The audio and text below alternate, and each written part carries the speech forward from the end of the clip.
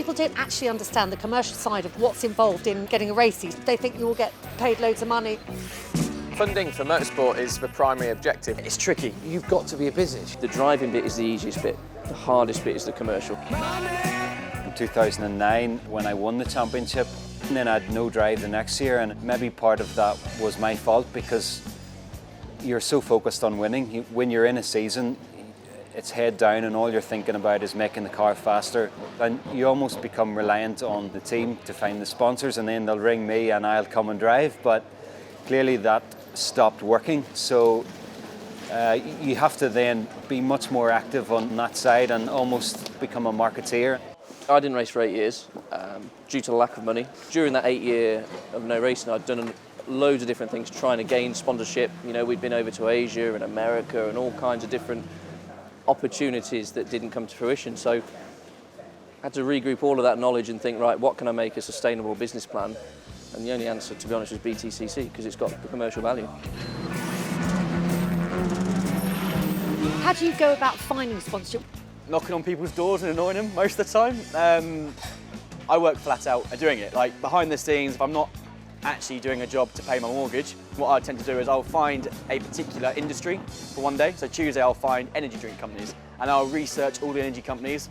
I then do research into it and find the main person I need to talk to, find them on LinkedIn, try and connect with them. Usually they say no and get lost, but you know, you really need that 1 in a million, and it can get you back on the track doing what we love.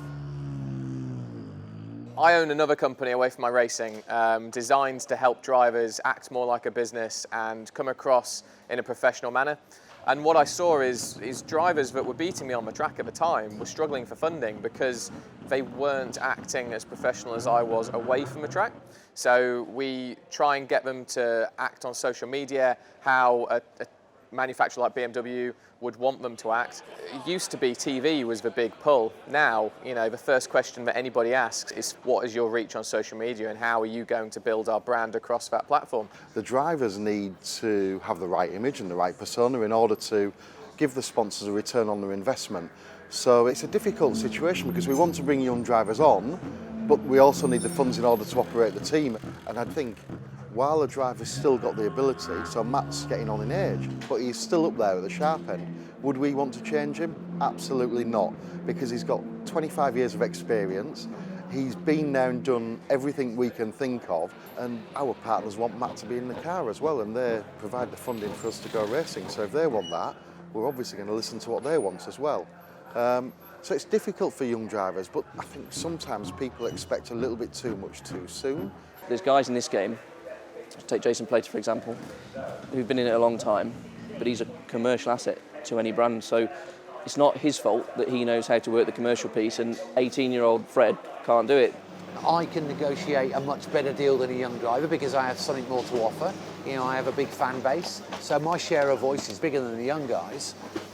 And likewise with Mark Blundell and blah, blah, blah. But those seats are available. Whoever can come up with the best deal and piece the jigsaw together will get the seat.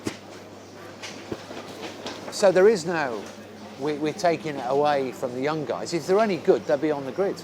And I don't mean good in the car, I mean good at raising the money and being commercially astute. It's a tough game.